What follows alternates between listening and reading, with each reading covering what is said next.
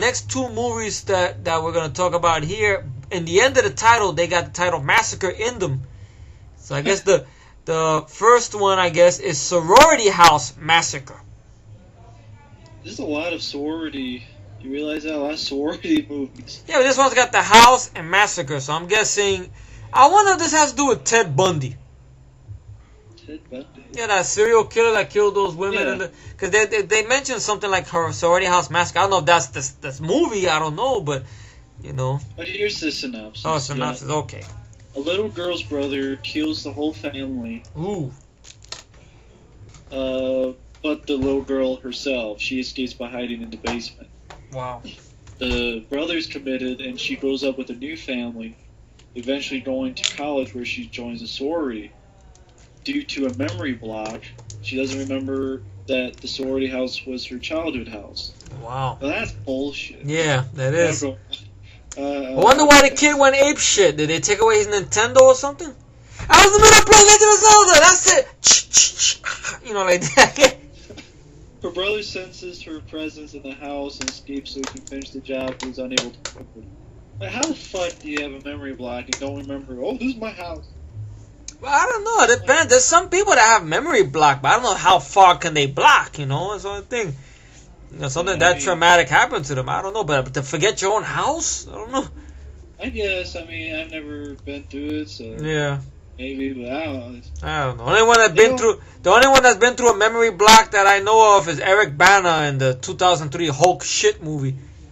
He was in a fucking memory block. He seen his father kill his mom. He don't remember anything. But yeah, I mean, I don't know anything about this. Me neither. I guess we're gonna have to skip, unless you want to make a guess about it. Mountaintop Motel Massacre. Now those words don't go together, man. It's an oxymoron. Mountaintop Motel Massacre.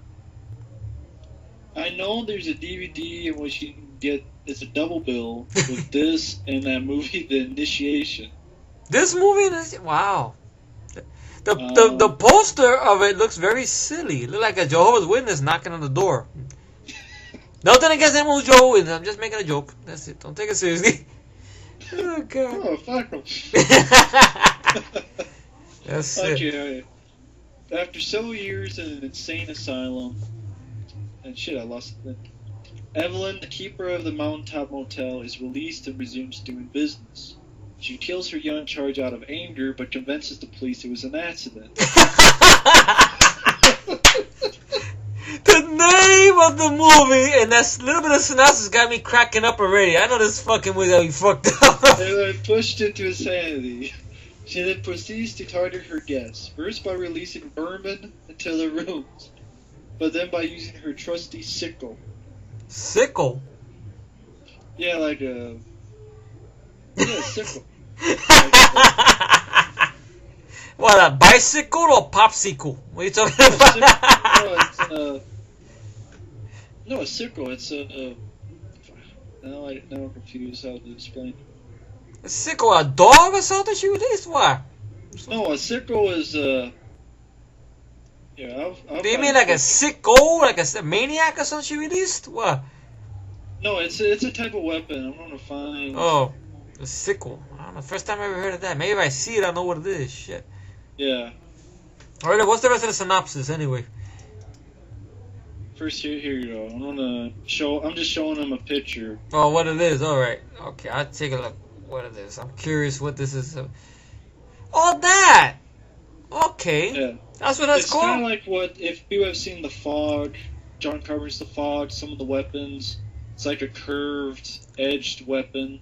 Yeah. The power ghost used on people. I remember Jason used that in part 7 to that girl, the one that with the glasses, that she goes, little touch up my ass. She gets killed with one of those, I think.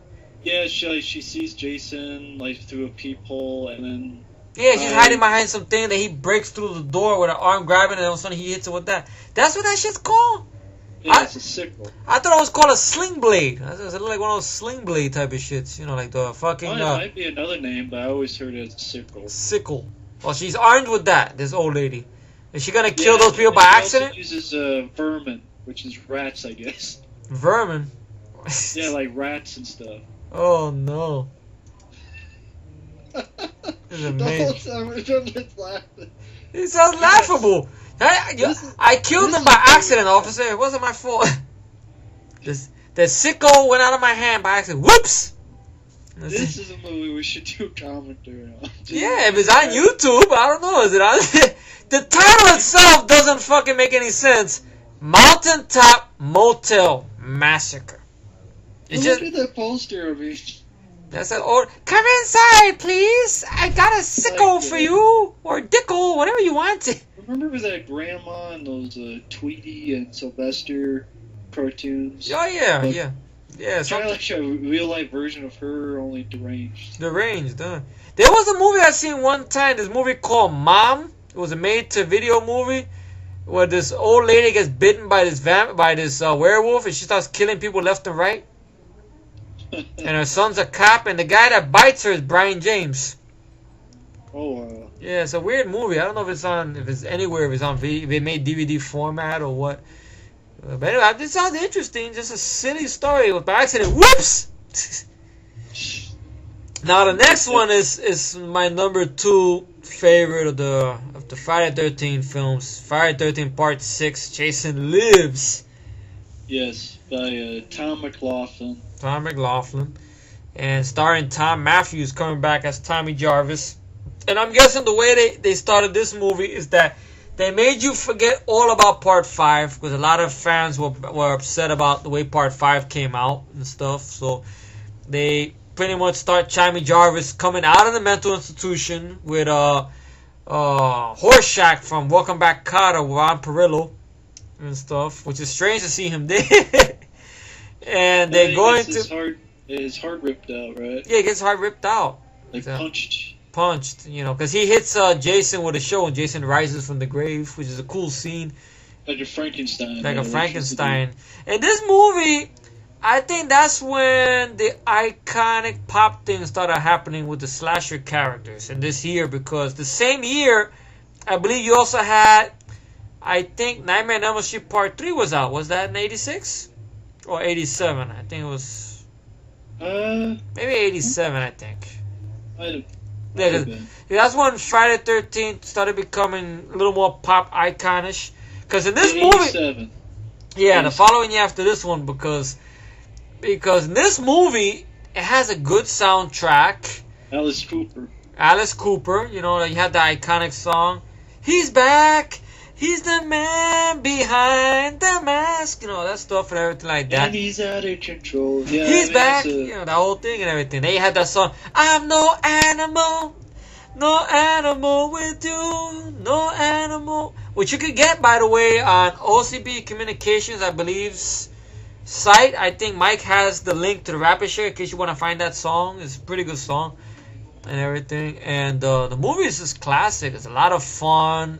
You were introduced to Zombie Jason and everything like that. Played by C.J. Graham. Well, I think it was a Marine. I think previously he was a Marine. Yeah. And Jason has Bowie knives and throwing stuff and everything. It's just...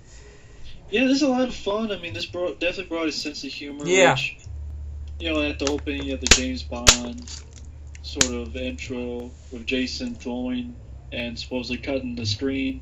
Yeah, and you see the blood running and everything. Yeah. Oh, man. And you have, like, the old guy saying some people have a strange... I always thought that old guy was Sean Cunningham. He looks just like Sean Cunningham.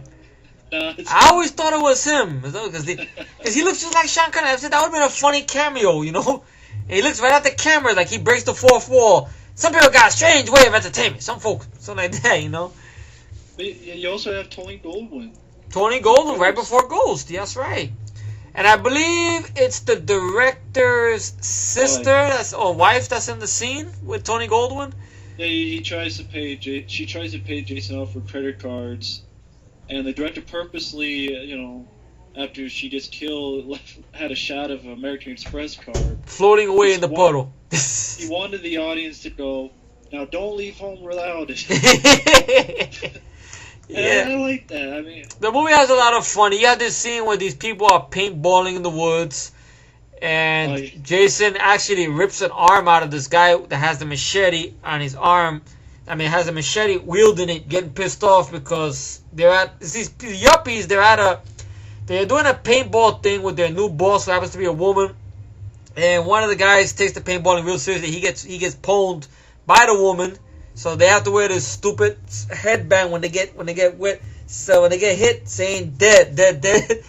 So he's wearing it, and he's like, oh, a good country boy, you know, with the machete. Damn, bro, she's still in the kitchen. The fucking brown. And then that hand wheels back, and Jason actually has super strength this time out. So it's like Jason to the fifth power.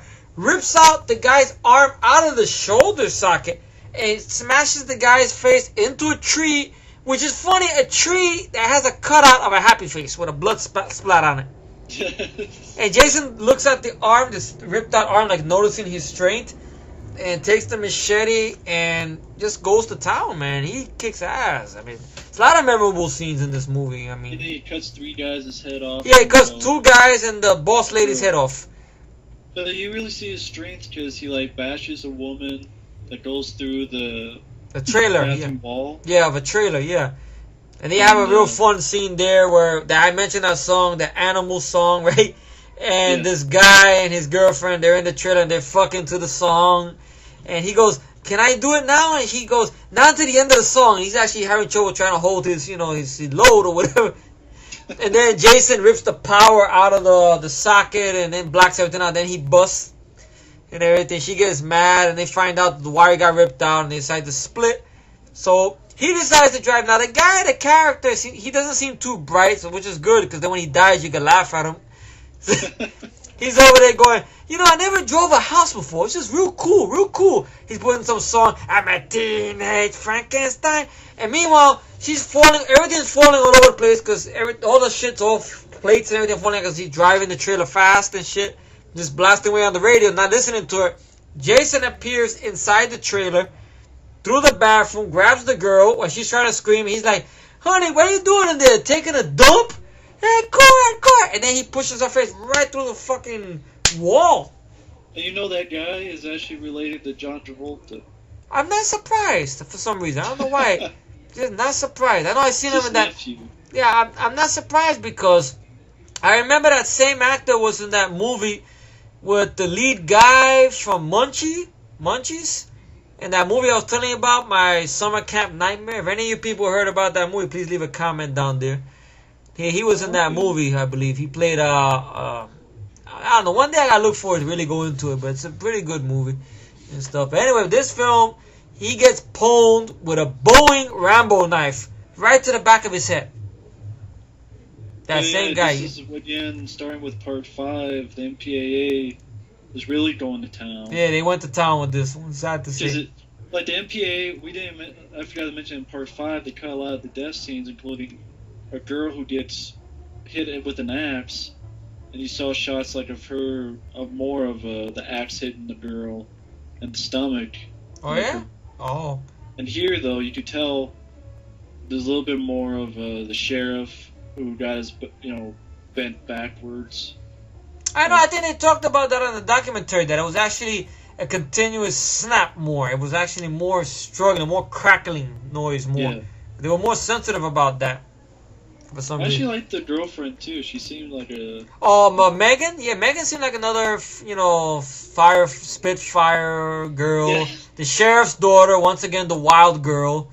She put Tom Matthews' face right into her laugh. Yeah.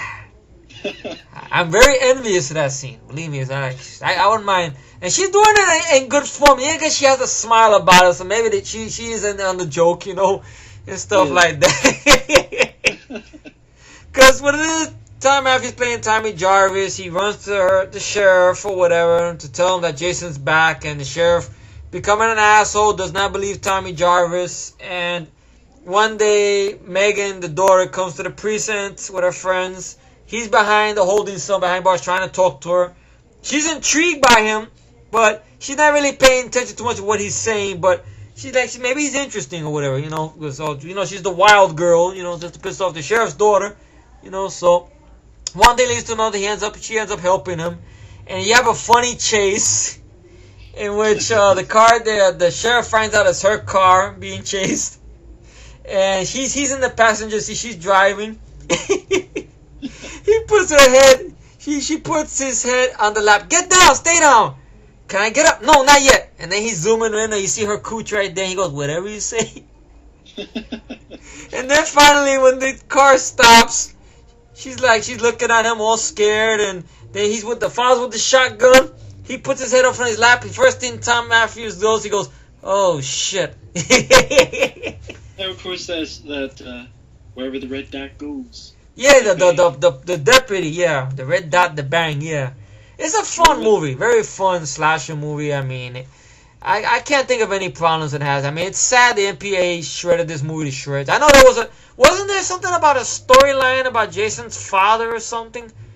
There was for the ending, I think the director thought of maybe after another famous scene with the lake where Tommy is able to get this big rock with a chain around Jason's neck, and so he could be trapped at the bottom of the lake. Yeah. I think it was supposed to be Jason's father looking at this grave and knowing that his old guy had recovered the grave. Yeah.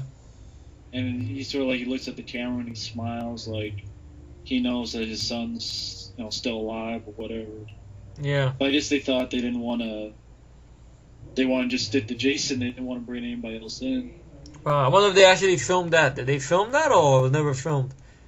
I don't know that one. You don't know? Not sure. But did you hear about the story about Tom, the director? That one time he was doing research for a movie and he went to death row to talk to an inmate, and that the inmate was in there for murder or something like that. And for some reason the director was very scarred or traumatized by the interview he had with the inmate. Something about that, I guess he killed some people, and he's seen scenes from Friday 13th Part 6 that supposedly gave him an idea how to kill someone a certain way. I mean, the story was expressed more in the documentary. His name was Jason. I don't know if you remember that part, Matt. Yeah, I'm slowly starting to, yeah. Yeah, it was something like that. I don't remember exactly. I know that's why the director Tom McLaughlin said he'd never direct another horror movie again and stuff like because of that, But yet, he had an idea, because each director of Friday 13 movies, when they interviewed him, they had an idea of how they would have did Freddy vs. Jason, which is hilarious, especially the famous one by Adam Marcus. Well, I guess we'll get to that one when it comes down the line, I guess. So the next one, I guess, is the one you reviewed recently, which is very underrated, which I do want to see again. And it features your favorite, your girlfriend, the woman that we talked good things about, Amy Steele, and April Fool's Day. Yeah, April Fool's Day is a film that not many people like because of the ending, which we will spoil. I know I spoiled in that review, but in case you didn't watch it, we will spoil it. Yeah. But I mean, considering it's from Paramount, producers of Friday the 13th, you had Fred Walton, who had made When a Stranger Calls. Yeah. And the basic story, you have Deborah Foreman, who is in Waxwork. She invites her friends to her mansion. I think her parents have gone away, and for April Fool's Day weekend.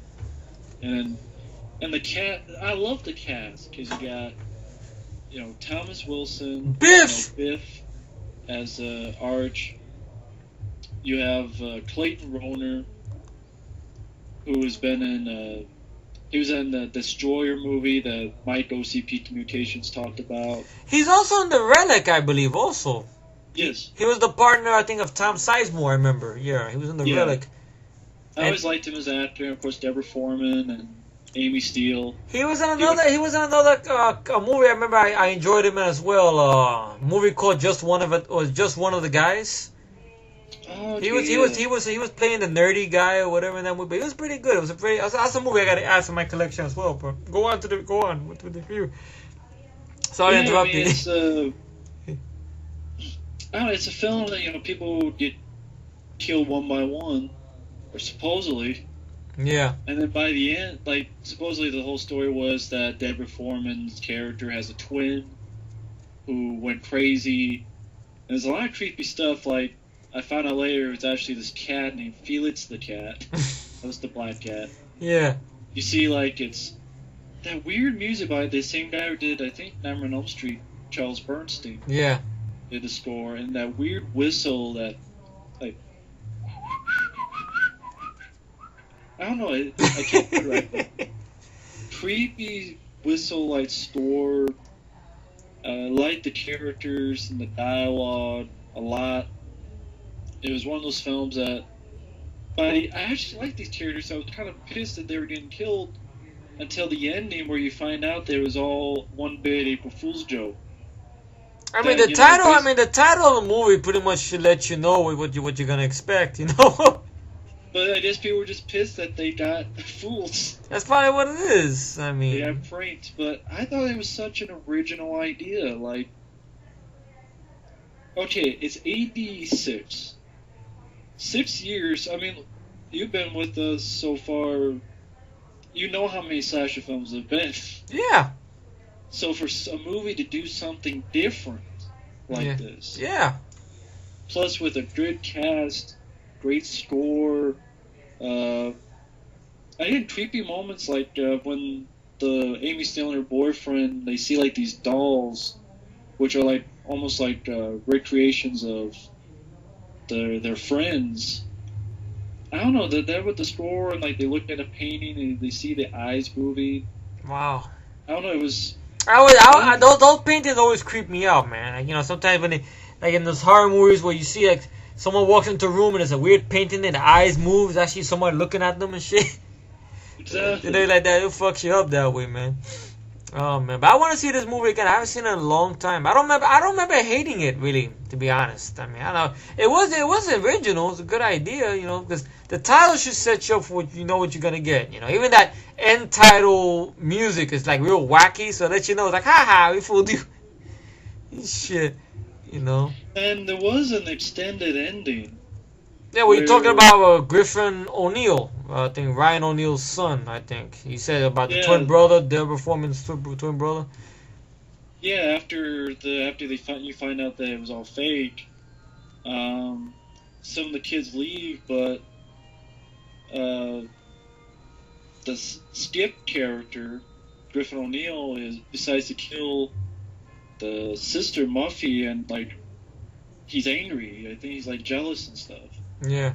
And the boyfriend of Amy Steele like tries to save Muffy, and the Skip character gets killed in the process.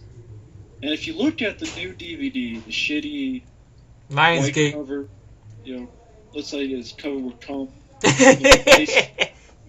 You look on the back of the DVD, you see a picture of the ending that they never put on the DVD. Oh shit!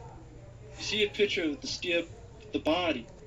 Wow. Skip's body, because there are no really dead bodies, of course, because then that would defeat the purpose. They only have like a fake head and a well. Yeah. But I always enjoy this. I always got a kick out of it.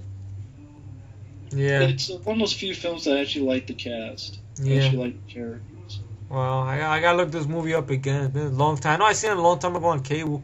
They only gave it one time. One time only. They never repeated this shit.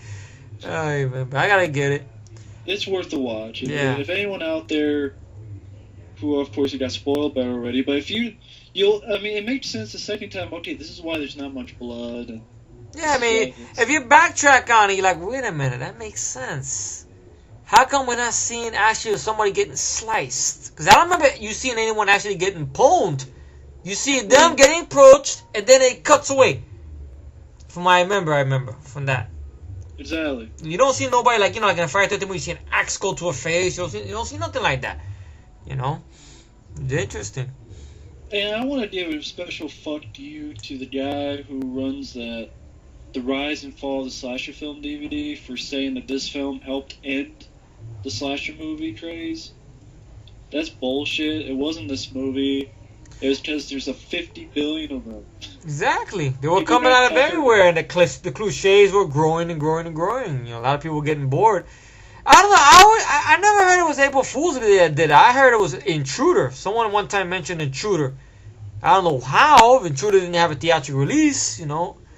Yeah, I don't know how either, but I remember on that DVD there's a rise and fall of the slasher film. They really seem to blame April Fool's Day a lot, which I think is bullshit.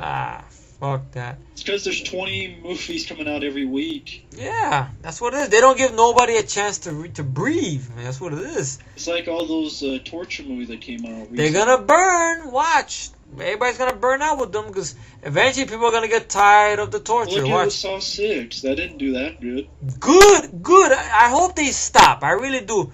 I can already hit a comment now. But that's the new franchise. But they're doing Saw 7, but they have to go to 3D. That's how they're trying to rescue it. Losing it. That's how they're trying to rescue it. Like I heard that Twisted Pictures, I think that link you sent one time, that Twisted Pictures acquired the rights away from Michael Bay for Texas Chainsaw Massacre. They want to make it in 3D. Right. Yeah, so I don't know what's gonna happen with that. It's taking a serious, true story of a movie, which even though it's not true, but the way the mythos of the movie is designed, right. Now you're gonna put it in 3D setting. I don't know. I heard they're gonna do the same thing with the third Halloween movie and stuff in 3D. It's ridiculous, man. Next movie that they have here, Slaughter High. That's it. Yeah, you remember? I was talking to you about a movie about a nerd that gets killed. This is the one. That's Slaughter it. High. Yeah, that's the name. That's the name of the DVD that came out. That's it. Next one. That's it. That's the one that I was tongue twisted with, folks. In the early part, I was trying to figure out the name of the movie. That I said it's a good fucking idea. They had it on YouTube, but I guess since Lionsgate got the fucking rights to it, it got taken down or whatever. So, but I remember enjoying this movie. This is actually a solid film.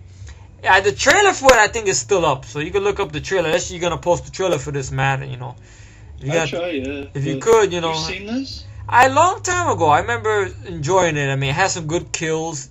It's basically, it takes place, I think, in the school or college or whatever, in which this girl hooks up with this nerdy guy, and the nerdy guy has a crush on the girl, and he takes her to this room or something like that. He thinks he's gonna get some action, and if I remember correctly, something goes wrong, and they pull a bad prank on him, and he's killed or whatever. So I think what happens is I think he's actually burned or something by accident or whatever. Something goes wrong, and I'm guessing then what happens is like years later pass. Now there's a reunion, and people at the reunion start dying. Like you have this one cool scene. I remember this one guy. I don't know how the hell the killer did it. He's drinking a beer, right? He drinks the beer. His stomach like gets all swelled up, and his acid, concentrated acid, burns a hole right through him. Jesus. Yeah, I think it's in the trailer, man. I remember I showed it to you one time. I remember that in the trailer. Yeah. But I just. And then there's this couple, these people. Yeah, crazy, right? And then there's this people that they're fucking in a bed, right? And you know some bed they have the metal post or whatever. So the killer takes some jumper cables or whatever, puts it on the bedpost, and talk about come and go. Fries them while they're fucking. All this is in the trailer. And we realize it's actually the nerd that's actually half scarred, getting revenge on the people that fucked him up. So it's a good film. I do want to get the DVD. I hope it's still in print. I heard Lionsgate recently re-released it through some kind of lost collection thing they got coming out. The 80s films that were hard to find. My Best Friend is a Vampire. Manifest Vampire. Movie with John Cryer called Hiding Out, which I do want to get. I remember enjoying that film. John Cryer from 2.5 Men, folks. And also another movie he did called Morgan Stewart's Coming Home. Another fun comedy. But Slaughter High is a good fucking movie. I mean, you should give it a watch, Matt, if you get your hands on the DVD. And this has Carolyn Monroe. Carolyn Monroe's in this one? Who's Carolyn Monroe? Oh, from Dawn of the Dead. She's in this one? Wow, I don't remember. I just remember I fucked up her name with Carolyn Williams. Oh, Caroline Williams in this movie? Oh. No, it's Caroline. Remember back in Chainsaw Massacre? Yeah. She's the one in Maniac. Oh, that's right. That's right, yeah. Well, she's in this movie too? Or you just remember the other thing? Oh, okay, cool. Yeah, but I just found it weird that I think she was 36 years old, and it says here she was trying to play a teenager. Well, she has the body. I mean, she can get away with it, man. I don't know how old Deborah Voorhees was when she did Friday 13 Part 5, but hey, you know, I see that rack. She could pass for a 19 or 20. I don't care. And I see how she looks now in the documentary. All I can say is boo. You know, and that's just referring to her boobs. You know, it's just they gotten better through time. You know, as I can say, like Stargaze. You know, sorry, people, I'm being perverted. I know, but anyway, Slaughter High is a pretty solid slasher movie. Is it perfect? No, but I mean, it's a good idea. It's got creative kills. I remember those two kills with the guy drinking the beer and the big hole coming out of his stomach from the acid, and the scene with the people fucking and they get electrocuted while they're fucking, you know. It's just a crazy idea of a movie, you know. Plus a nerd getting revenge. I mean, why not, you know? Right. You know, revenge and slasher go hand in hand. Just ask Matt Cordell. There you go. Exactly. I wonder if that's in here. Shit, I doubt if it's in there. Well, okay, but any last thoughts you want to Slaughter High or no? Well, it's definitely one I want to take a look at, especially from hearing a lot now from you, but also Mad Puppet Death Glory. Yeah. And you know the trailer. It seems like a fun time if I can find the DVD, but they don't never sell anything like that around here. Really? Wow. So I guess not like this. Not around here. This place sucks. So I have to find it online if I can find it. Yeah. It definitely looks interesting. Yeah, unless you can find it through a rapid share, maybe, you know. But again, you have to really look for it through there. But the next one is called. I guess it's really called Anguish. Oh, yeah, that's with the lady from Poltergeist. Zelda Rubinstein. Yeah, Zelda Rubinstein, yeah. Caroline, this house is clear. Yeah, the whole thing. The whole thing. Don't get into the light. You don't know what's there. Wait a minute, we should not go into the light. I'm going after her. You ever experienced this? You're right. Stay into the light. Yeah. I've heard of the film, but I've never seen it.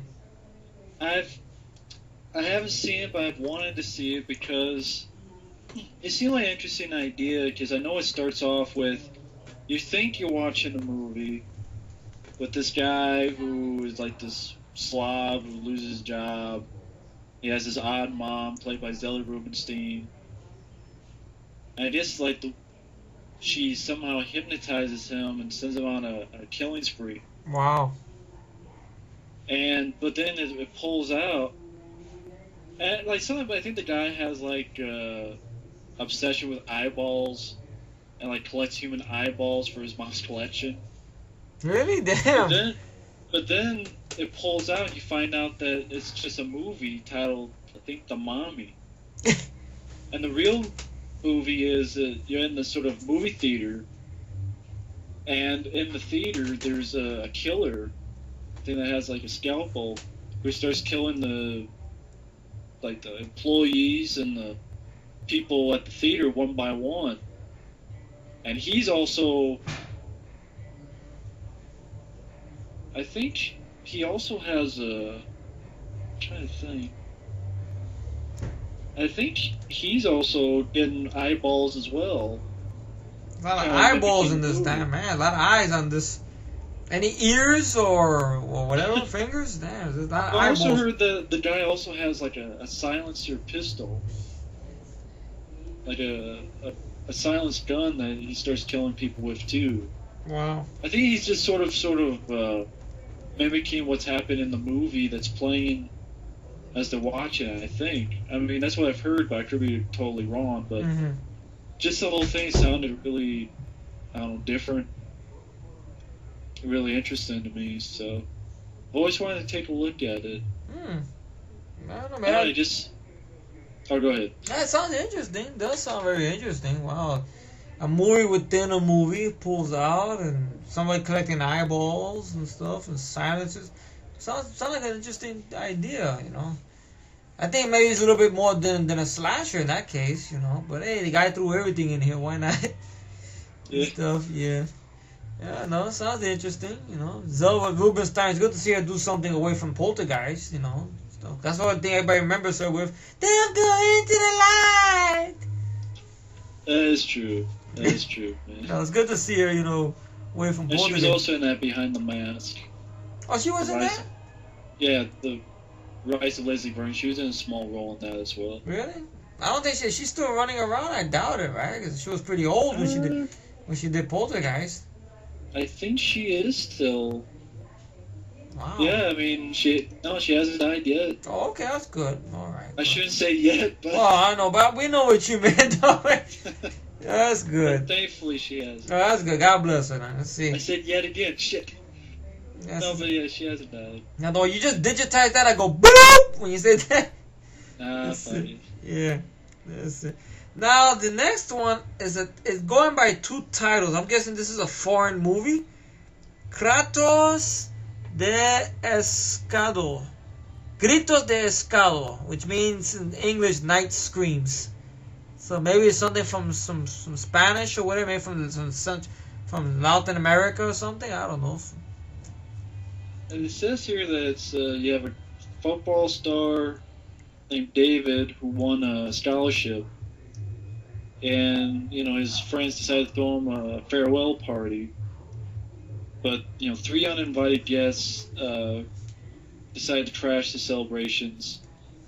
2 are convicts who have fled from lockup, now hiding somewhere in the home cellar, while the third one is a mental patient escapee. Uh-oh. Who has a connection to the party guests and David himself. And basically these 3 start to, I guess, wipe people out one by one at the party. Wow. I've never seen this film. I've never heard of this movie. Me neither. It's hard to talk about movies like this when you've never even heard of it before. Exactly. I don't know. It sounds like it's a foreign movie, though, because it has a different title on the cover. The Gritos de whatever, Night Screams. Oh, sounds maybe. It says it was filmed in Kansas. Well, I don't think. So. In the lower east side of Kansas. There you go. In the Spanish part of Kansas. There you go. I mean, it's always going, there's Spanish people in Kansas. So, I don't know, maybe deep within the area there. I don't know. Beyond where Dorothy was at. I don't know. That's it. I guess we go to page 3. Let's see. Oh, this is where you have Slumber Party Massacre 2. With the guy who looks like Elvis or Dice Clay. Oh, yeah, the one we seen the trailer to that we were laughing. I remember, yeah. He has a guitar that's also a drill. Yeah, that just looks stupid. I mean, if you guys see the trailer for this, it's hilarious. It doesn't even look scary. It looks entertaining. It looks like something fun to watch. It doesn't look like it'll be a serious movie, though, but sometimes it looks to be fun to watch. I actually now have the DVD-R of this one, too. Oh, Slumber Party Massacre 3? Or 2? Really? Oh. Yeah, so I'll watch that sometime. When a guy is singing like he's either Andrew Dice Clay or whatever. Elvis trying to be. Singing with a guitar that's also a bit drill and killing. And this is written and directed yet again by a woman. Deborah Brock, who did Rock and Roll High School Forever. Oh. That's actually a fun sequel. I remember that one, Rock and Roll High School Forever, with Corey Feldman. I haven't seen that one. That's a fun one. It's a funny one. There's a joke in there that involves urine. That's a real funny. Yeah, this one I always wanted to take a look at. It just seemed like a fun time. Yeah.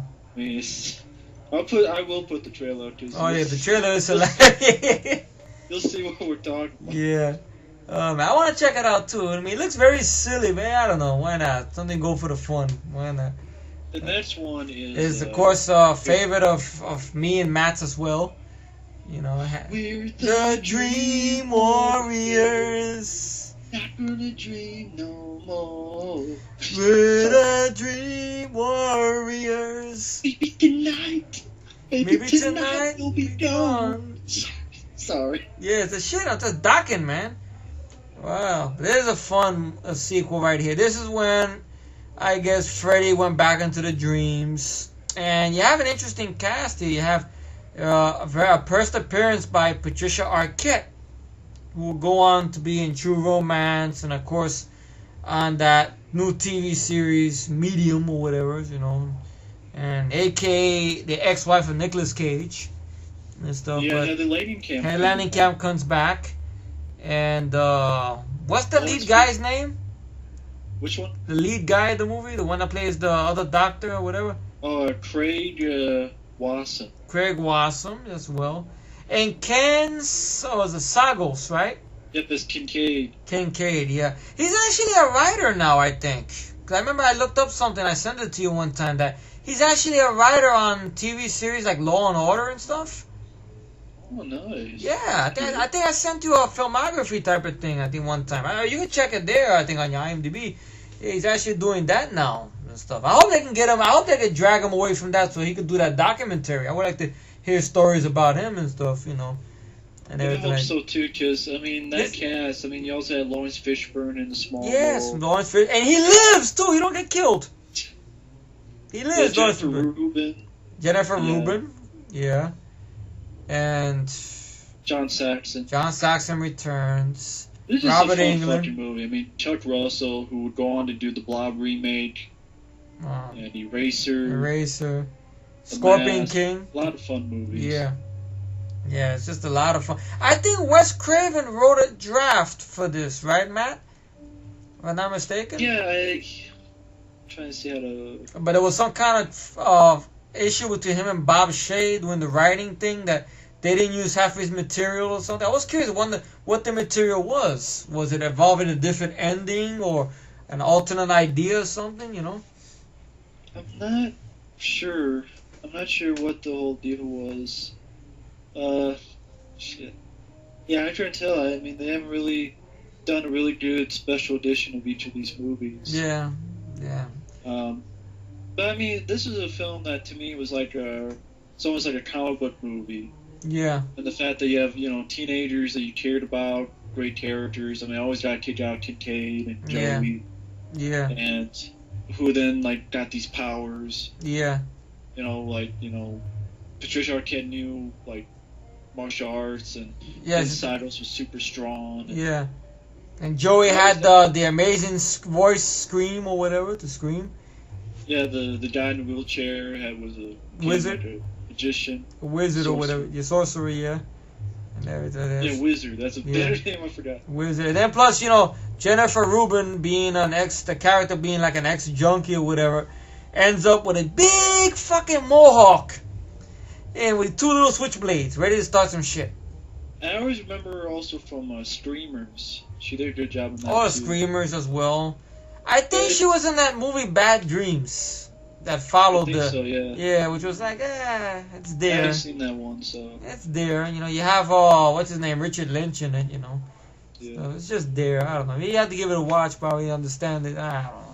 But this movie is awesome, though. I they agree. amped up the effects and the fun. Freddy starts getting his sense of humor here. I'm guessing. This one. Yeah. Freddy's still dark, but yet you start seeing the humor little by little.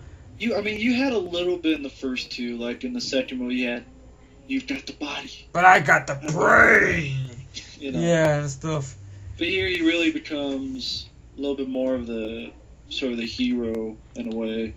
Yeah, the whole thing with the hey, I got a new chair for you, boy. And he gives him that big giant wheelchair and stuff. And the boy breaks the wheelchair with the powers and everything. And plus, just like when I was talking about Friday 13 Part 6, this is when it started to become a little more of pop culture, because Dokken, the people who did that song me and you were just singing, Dream Warriors, they did a music video for this. Yes. Which I don't know. Awesome one. An awesome music video. And I think it's owned by those faggots, WMG. So I don't think you'll be able to put that video up. Unless it got slipped through, I don't know. But but it was an awesome video where you see Freddy in it. Actually, Robert Englund. And Patricia Arquette. Arquette. Yeah, but it's a fun movie. I mean, welcome to prime time, bitch! And he kills the one girl with the TV. You know. Yeah, I mean, you were speaking of pop culture. You had the Zsa Zsa Gabor. Zsa Zsa Gabor there. And But yeah, I mean, so a lot of imagination.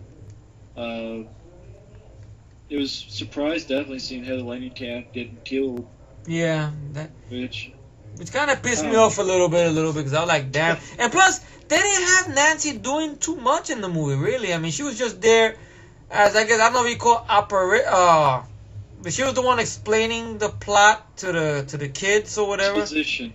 Yeah. She was exposition, yeah. She was like that. It would have been nice if they would have had her give her some kind of power too, you know. They didn't really give her nothing to do. You know, unless, until that documentary comes out, maybe that backstory with West's supposedly script, maybe there was more for her to do, and in the end it got chucked out. I don't know, but What do you think her superpower would be? I don't know. Super tits? No. Her tits were nice though, even though you don't see none of them in the fucking movie. But I don't know. My idea would be superpower for her. She would have the gift of weapons.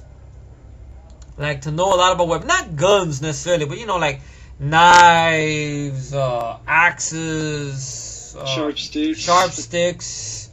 Like warfare, guerrilla warfare type of thing. Give her that kind of ability. Because I liked that touch they threw in the first movie with those traps, and everything like that. How she just fucking put a little gunpowder in the light bulb and all of a sudden. How about super badge? Super what? As a super pussy. Super, but that's a porno now. That's not even a movie no more. It's not even a fucking. It is like, it burst down, and it's like that, killer condom thing I saw. Oh, the killer condom? Well, then I might go into a Tromaville movie. Titty monsters! That's how her breasts come alive and bite Freddy. Ah! Stuff like that. I'm just being silly, I know. Seriously, though, this movie is definitely worth your time. It's just... You got a kick-ass soundtrack, man. We're the Dream Warriors. Come on. Just a lot of fun times. Yeah, Ken Sagos. Hey, Freddy, come on, you pussy! The whole thing, Ken Sagos, Yeah, fun Kincaid, yeah. Characters you cared about. Exactly. There's nothing wrong with having characters like that in a slasher movie, Stuff like No, not at all. I mean, it's... It was good to see John Saxon come back as well, even though they didn't have him do too much, but still, he was there, And he got killed. Yeah, by the Ray Harryhauser version of Freddy. Yeah. That's that scene always reminds me of when you see the skeleton Freddy come out. The larger special effects, that big worm thing. Oh, the worm with the Freddy head, yeah. That was trying to swallow Patricia Arquette. Yeah. Exactly. Of course, you did have the scene with the woman, the naked woman. Oh, that's right, the topless nurse that that Joey had the crush on, and she ended up spitting out these tongues, tying him up with the tongues coming out of her mouth, and then we find out it's Freddy. Wow. It's kind of weird, but yeah, Freddy disguises as a woman and tries to get a boy. Yeah, it works. It works. He does it again in part 4. Also, I wonder if it's the same woman. Shit. Yeah, God. It's a fun flick, folks. I have to give it 10 out of 10. And I hope, with the remake, the only good that can come out of it, maybe these movies will get special editions. Hopefully, be some good stuff. Right. Or majority of it might be in that new documentary, which was the same shit like they did with the Friday 13th when they re-released the new shit. Not too much shit in there, but the documentary, they put all the stuff in there. Now the next movie is a movie I've never heard of ever, but the title sounds interesting. Faceless. Faceless. Yeah. It's I think it's an Italian movie. I know it's either Jesus Franco or Jesus Franco. I never know how to pronounce it. Oh yeah. Oh. It looks like Jesus, but probably Jesus. Mm-hmm. Probably Jesus. Oh yeah. Alright. You have a model who disappears, and her father gets a detective to find her in Paris. Mm-hmm. And it leads to a plastic surgery clinic owned by a doctor. And it says that the doctor's sort of miracle cures. Let's see what it say. Blood and organs taken from kidnapped young women is used to make these sort of, quote, miracle cures for his establishment. And I don't know anything about it, to be honest. No, me neither. The, All I know is I was skipping a little bit down the list, and some of our favorites are going to be coming up, and then on the end of the list, there's going to be a rant, pretty much. Yeah, but, you know. So next one we have, pretty quickly, because we don't know anything about, something called Bloody Movie, which... The poster looks lame, though. Yeah, it looks like, what the fuck is that poster even? It's like Sybil Danning or something, like a little bit. Says basically you have a silent movie star appears as various characters, killing quite a handful of unfortunates using various weapons. Oh. Wow, that says a lot. That says a lot, yeah. Fuck that. Okay, next. American Gothic. I seen this movie and it was sort of interesting, but it was not one I would buy. Boring? Yeah, I mean, it was interesting to have Rod Steiger as the Pa character right there. Oh, yeah? Oh. And you have Michael J. Pollard as one of the... Basically, you have this group of kids that go to this island, and they find this mom, pa, and their kids who are basically not really kids. They're like grown up, almost like backwoods redneck guys. One of them again is Michael J. Pollard from Split Second and Sleepaway Camp 2 and Tango and Cash. Mm.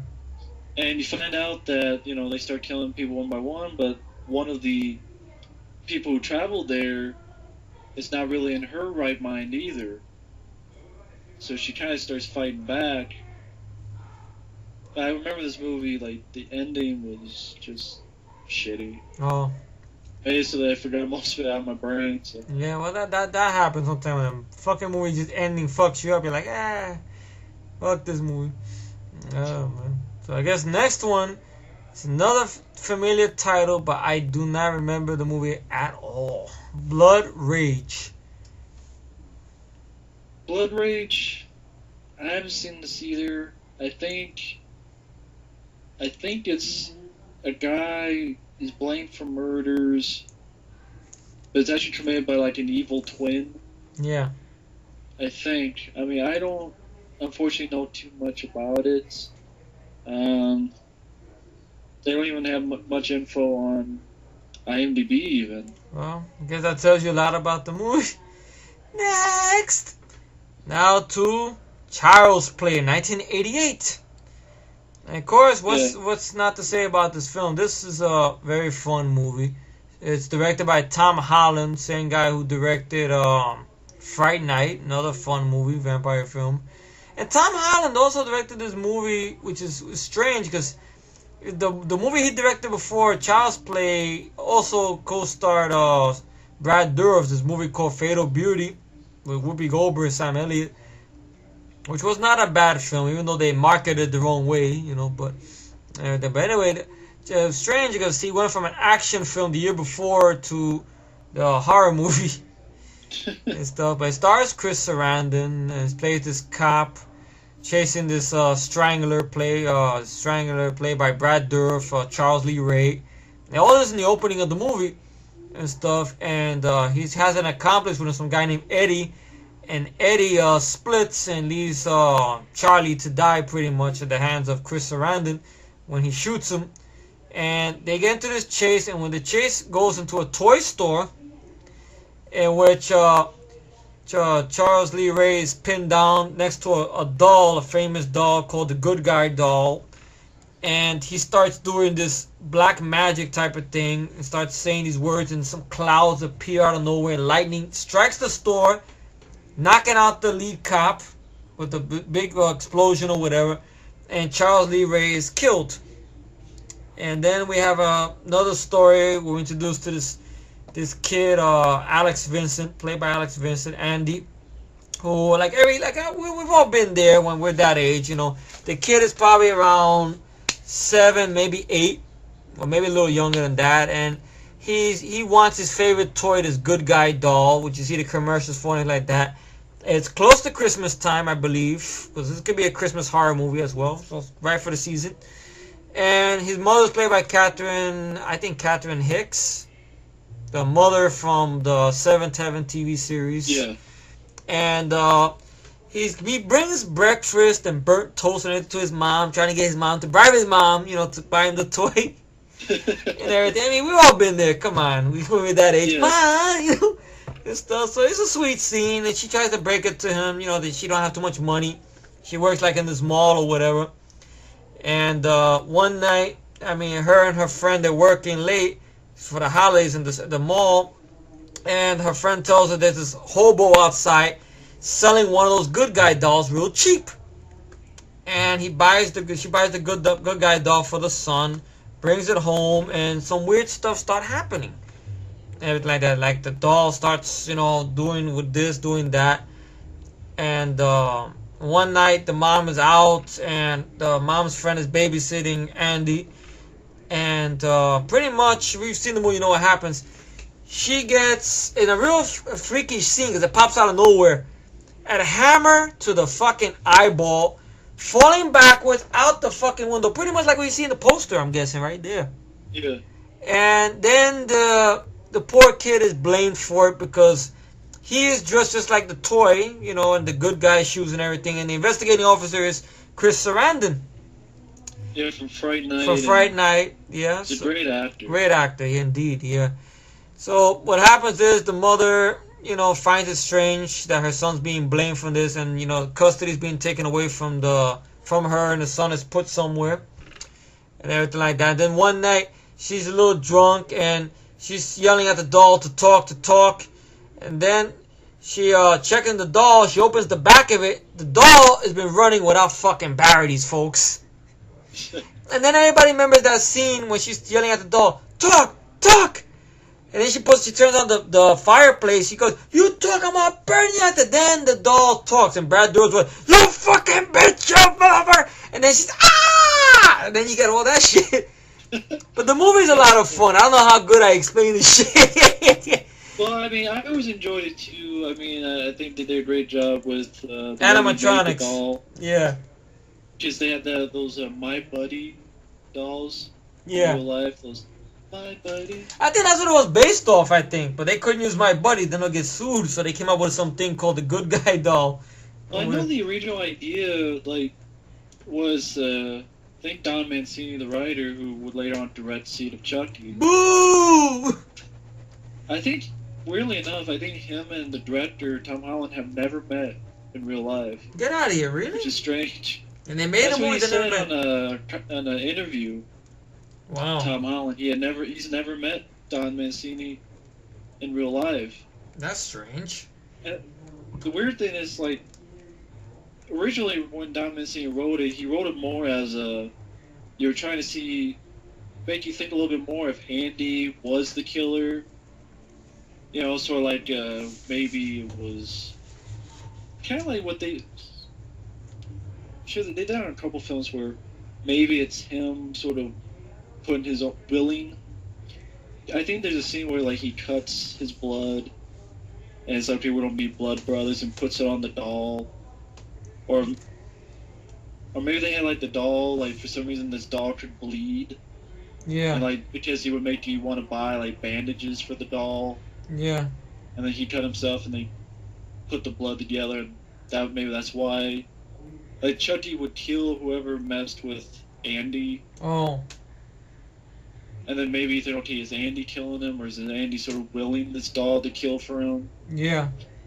And I know Tom Holland did a rewrite. That's why his name is sort of on the. If you see the credits, his name's sort of among the writers. Oh yeah. Oh. But yeah, this film, Brad Dourif really made it work. Yeah. His voice, that's an actor that doesn't get too much. That's He sad doesn't got too. too much roles in which he was a good guy. Yeah. I liked that exterminator character he played in Graveyard Shift, the Stephen King Graveyard Shift. It's too bad his character got killed off though. In a stupid way. Yeah. I think maybe they did it on purpose because he must have been, I guess, had to go to film the sequel to Child's Play, because they had to do the back-to-back sequels of Yeah, that's part 2 true. and 3. Maybe that's why they killed him off, probably. Or whatever, you know. But it would have been nice to see if he would have lived. That would have been interesting, you know. Well, he should have been the hero because he was more interesting. Yeah. You know. But yeah, Brad Dourif, he's a guy who, a lot of times, if he is a good guy, he dies. Yeah, like in Critters 4. He Yeah, died. Critters 4, yeah. He died there. Even in Body Parts. But that was a cool scene, the way he went, though. They ripped his arm off and he fell out the window. Ah! I think the only time is the Halloween remake when he doesn't die. That's right. Yeah, he's the sheriff. That's right. Yeah. I keep forgetting he's the sheriff of that movie. Yeah. The one thing, what always made me surprised when I see this is how much the little kid goes through. Yeah, it's traumatizing almost. Damn. That scene where he's at the mental institution and Chucky breaks him out and he's trying to tell the lead doctor what's going on. Doctor's just trying to give him an injection. That same doctor is Jack Colvin. I remember him in the Incredible Hulk TV series. He plays that reporter, the one that's always following Bill Bixby around. Oh, That's yeah. actually him. And the way that doctor gets killed is almost a little disturbing almost. But not disturbing for me not to watch it, because he gets the electric shock treatment full blast to the face. Right. I'm like, damn. But then again, you think about, hey, you should listen to the fucking kid. He told you, watch out. He didn't listen, so he got fucked. You know. But it's almost very graphic. Like, damn, he really put that. That's the one I see. They always cut a lot on TV quickly. Fuck. Shit. But that kid goes through a lot. And Yeah. I don't think they do that today. Yeah. It's risky too. Even in the sequel, when we get to the sequel, he goes through more as well, because he's in a foster home and everything like that. That's one of the reasons I hated part 3. Because part 3, the biggest mistake they made was making him grown up, in my opinion, because in the military school, now he's after a new kid. It's like, Then Actually, they might not talk about the sequels here, so we could probably talk about those. Oh, okay, yeah. That's true. The second one, which Well, real quickly though, about the first one. Yeah. Sorry to interrupt you. Oh, yeah, sure, no problem, but, The go problem ahead. I had with Child's Play, the first one, is the whole voodoo thing, where it's like, he comes there and he all of a sudden can break that guy's legs. Oh, the It's voodoo. okay. The voodoo doll, yeah. Voodoo. Why doesn't he do that to, Andy or anybody else? How come he can't make voodoo dolls of the detective? Or he can't make voodoo dolls of Catherine Hicks? I remember in the movie, I think it was that guy had the voodoo doll laying around of himself, which made no sense. No, he said I thought it was... That He got made. taught when he was human how to make it. Oh, Well, even then, I think he can. If he knew how to use it, I think he could make. I don't know. yeah, it's true. It makes sense. You're right. But I also like that sequence in which Catherine Hicks, tries to explain to Chris Sarandon's character about the doll being real and everything like that, and he doesn't believe her, and she goes to try to confront the homeless guy to find out where he got the doll from. It turns out to be from that same store that Chris Sarandon's character chased Charles Lee Ray, Brad Dourif's character, at. But he's still in denial to believe her. And then right after he leaves her, guess who shows up to attack him? Chucky! In a very fun sequence in which Chucky shows up underneath the seat of the car, stabbing him from his butt. Hey! What the fuck? It's a real creepy sequence, and then the car flips over, and he sees him there. He's in shock. He said he couldn't believe his... Ah, cop! And he's oh shit! And he shoots him, and then he wanders away. He walks away shot, injured. That's when he sees the voodoo man and finds out how come he's able to bleed and feel pain, And now he believes the woman. That was a great scene. Yeah, it was a good sequence. Because it sets it up good though, because he's really in denial not to believe it. And when he sees that shit, he's almost like teaching him a lesson. See, dumbass, what you don't get for fucking not listening to the lady. Listen to the mom from Seven Heaven, you see? Exactly. Fuck, get it right in the ass almost. Hey, what the fuck? It bothers me about the sequels that no one talks about Chris Sarandon's character. They talk about Catherine Hicks, about her being committed, which is sad, but no one... It sucks. Yeah, it sucks and sad, but, You know, but no one talks about Chris Sarandon's character at all. You know, it would have been nice to find out what he became of him. You know, is he still a cop? Yeah, You you know? would think he would have helped her not be, because when he saw it and his partner saw the Yeah, jail exactly. doll. So that was kind of like, what the fuck? Yeah. I mean, I like the sequel though. I mean, the tagline "Sorry, Jack." Chucky's back. I saw that one in the movie theater actually. That was actually I liked the end sequence where with the good they're in the toy factory, which was a good sequence. And when you have that guy where they have the toys with the heads where they pop the eyeballs in and he gets caught in that shit and the toy eyeballs go inside his eyeballs. Ah! Really good ways to kill people, you know? And everything. That was just a fun movie and stuff. The idea was there. And the third one is like they lost the ideas. Like they didn't know what to do with it. Because the sequels are coming out back to back. That's what happens when you rush the sequel. Yeah. They just didn't know what to do. Then the dubbing on the Chucky doll, for some reason, in the third movie looks fucked up though. Like they didn't match it the right way or something. That's I remember hating about that movie. But yeah, I mean, yeah, Child's Play 2, I mean, aside from those problems that we talked about fucking up those characters, I don't know, Alex Vincent, he did pretty good, I guess. Yeah, coming back, But, you know. I don't know, it's sort of a straightforward slasher Yeah, in a way. it's a bigger body count this time. But yeah, out. that ending I always remember in the Toy Factory. I always thought that was a cool location. Yeah. Putting the guy underneath the eyeball popper. Yeah, that's the shit. Also, Chucky, he really gets fucked up. Like his arm gets cut off in a way, and then he puts a knife in it, He puts a knife in there and everything. and later on he gets melted. But And the then best his part, bone- about it, which got everybody in the theater excited, was that scene with that acid and everything like that shoots out. Everyone was thinking maybe the lead girl, was gonna do it, but no, it was a surprise. Andy does it. So it's like, all right, now he's, he really stepping up now. Like, this little boy is becoming a tough, little boy badass, man. Like, yeah, he pulled that shit, like, Billy yeah. Badass. What happened? Billy Badass. Billy Badass, the Billy. mini Billy Badass version. Just pull that thing. Shh. Even the lead girl tells him, "Wow, Andy, you really got him good." And then, once again, you see Chucky's head moving. I don't remember if it was the lead girl or Andy did it. They took the hose that was hanging there and they put it up Chucky's. It was the girl. Lead girl that did it, so she had her help. And stuck it up his nose. His head swells up like a big balloon. Ah! I'm like, yeah. And then the explanation of part 3, him coming back, makes no fucking sense. His blood goes into the goo of the doll and he molds himself back. Yeah, the way for people who have never seen it, which maybe you did because you thought it sucked. At the end of part 2, I mean, they've sealed up the toy factory.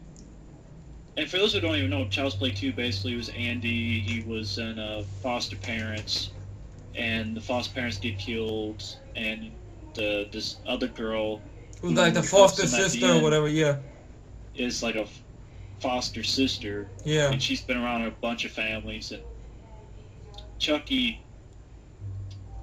In a way, they did the same in part 2. He basically got built back up, right? Yeah, it opens up. You see the opening sequence where the organization that makes the good guy dolls, which I don't know why, but that organization, the way they painted it up to be, always reminded me of OCP or organization from RoboCop movies. I don't know why, man, because every time you think of suits and assholes in suits, the brass, I'm always thinking of OCP from the RoboCop movies or the people behind the good guy dolls, especially the old fuck. Yeah, exactly. That Riley woman, we're gonna have to commit her. She will not make our company look like this over some nonsense or whatever. Because they're thinking it's sabotage. You know how the business people are thinking. She's trying to destroy me. It's like all this bullshit. Like, damn, a doll came alive trying to kill me. How's that destroying you? What the fuck? And comes out with the nonsense. So they rebuild the doll back up. You have a cool opening sequence doing the opening credits. And they get one of the flunkies who's like trying to kiss ass with the boss to bring the doll, I guess, to somebody or whatever. It's a raining night. It's a good scene in which the doll strangles him I think, if I remember correctly. I haven't seen the sequel in a while. I got the DVDs. Well, I think he followed. Fuck. Trying to remember. You mean part 2 or part 3? Part 2, we're still talking about, aren't we? Or Yeah, I think. I know he follows that one guy home and puts like a bag. Oh, the bag. Yeah, that's right. Yeah. That's But then, that's the flunky, I think. The guy with the old man or whatever. so I guess they just took the parts from part 1 and then rebuilt it from there. I'm trying to think. Yeah, they rebuilt it. They actually rebuilt them right back up, I think. They just... It's just See, strange. that's kind of weird. They rebuilt... You think they'll make a whole new doll. Like, I don't know. Yeah. Like they just rebuilt it or something. Yeah. Amazing. Weird. You know? But they try to do the same thing here in beginning of part 3. They take the melted Chucky and... But it molds itself almost. That's what's weird about it. That's just pissed me off. Like, why the fuck is he molded? Is he T-1000 now? The fuck? No, they just did that. They just did the show passage of time. It wasn't really molding itself. Oh, okay. That was what? It was just a passage of time. Basically, they just rebuilt it again. That was just sort of their... Because like you said, I mean, the writer was, Don Mancini was asked to write this when the second film didn't even come out yet. Yeah. And I think he just didn't have any really ideas. Exactly. That's what's sad about it. It's just no creativity. Wow, Andy's a teenager now. We really fucking do. You know. I like the idea of the location. Military school, okay. And the scene where he switches all the bullets. Well, Like I don't know. from the war game that they're playing or whatever. Yeah, I mean, I like the idea. It's just, I don't know. I mean, I thought it was okay. I thought it was just like by the numbers. Yeah, I don't know. It just felt like it lost. I mean, maybe because I liked the kid in the first 2 movies. I didn't like the idea of Justin Whalen coming in. You know, the movie's dick. What happened? I said I don't love the movie. It's not like I'm gonna suck the movie's dick or be like, yeah, it's nothing to run home about. Oh, I know. It's just I don't know that the whole thing, him finding a new kid and the dubbing on the doll, the animatronic doll is bad. The only one good note I could say about Child's Play 3 is that the owner of the fucking company gets pwned with a golf club. Yeah. That's the only one good thing I remember enjoying about that. Because now this old fuck is learning this doll's alive now. No one's trying to destroy him. You know? And then the guy from Hellraiser, Dirty Harry, Andrew Robinson. Oh, that's right, Andrew Robinson. Yeah, he plays like some guy, like a drill sergeant or something or whatever. Well, he's like the barber or something. There, but he's like, the barber. He's always anal about people's hair being, short enough. Yeah, and stuff. And he gets his throat cut. Yeah, stuff like that. But then, of course, you got Bride of Chucky. Bride of Chucky was fun. I had a lot of fun with that. I mean, it was not bad. It was good to see. It took them a while to do it, so at least they had time to work on the idea, The commentary track for that, I think, is pretty funny. Because I think you have Don Mancini, Brad Dourif, and Jennifer Tilly, who's in the movie. At this time, I guess they're not going with the Andy story and everything like that. They're having a little fun with John Ritter's in the movie as well, even though he's no longer with us.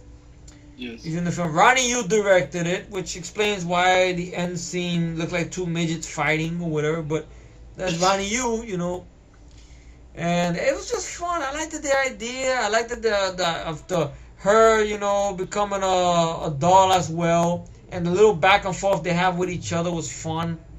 Sexy, of course. Dolls having sex. Yeah. Hey, put a rubber on. I am a rubber. I am a fucking rubber.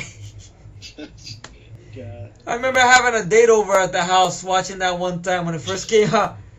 And that was the time when we and this girl were really intimate. Wait. Before you mention that, was this anything like the Date for Maniac? No. This is different. This one came out good, though, because it was an interesting night. We seen H2O. We were making out after watching H2O and stuff. And I had Bride of Chucky. It was a bootleg tape. I was watching it there and stuff like that. And the funny thing is, right, the date was about, we were trying not to be too intimate or whatever, like, trying to take things a little slow. And when you see a scene like that, your motivation goes out the window there. And we're just looking at it and going, what the fuck are they doing? I said, take a guess. And she goes, wow, really? I go, yeah. You want to watch this movie now or later? I said, well, it's up to you. But anyway, that's a whole different movie. But anyway, but the movie's a lot of fun. I had a lot of fun with it. If they would not made the other movie after it, I would have been happy. Now, see the Chucky, the movie within the movie, with the actress within the movie, I did not like it. It had no idea. Yeah, I know Dan Mancini finally got a chance to direct it.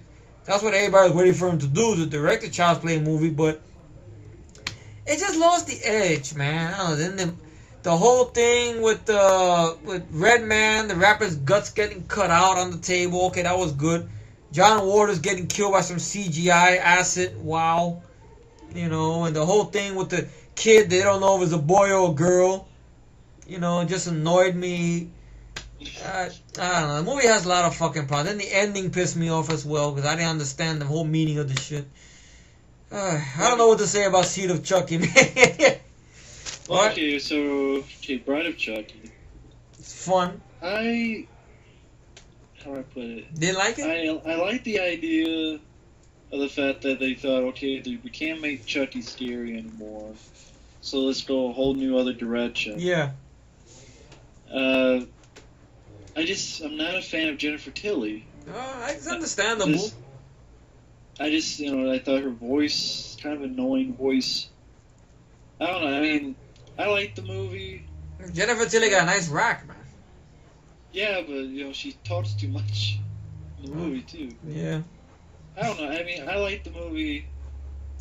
I remember at first I'm like, not into it, but I watched it again. I don't have the DVD, but I watched it and rented it again. I thought, okay, you know what? It's trying to go for something different. Yeah. It's trying to go for a different. It knew that if it just tried to be serious again, it'd probably be laughed off the screen. Yeah, that's true.